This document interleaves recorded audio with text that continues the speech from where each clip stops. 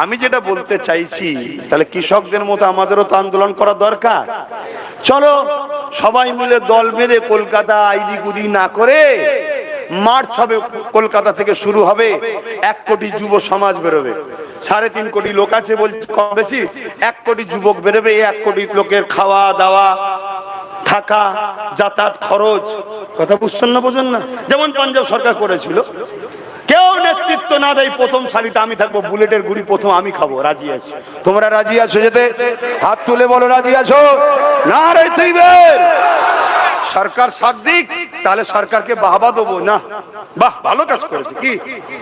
আর শুধু ভোট লিবার সময় বলবে আর বলবে না তোমরা তোমাদের ঝামেলা মিটিয়ে লাও, ও করেছে আমি কি করব। তুমি যে কেন বলতে গেলে যে আমি রুবো? আশায় মরে চাষা, আমাদেরকে তো চাষা বানিয়ে দিলে কি? তাহলে এই দাবিটা হওয়া দরকার আছে না? না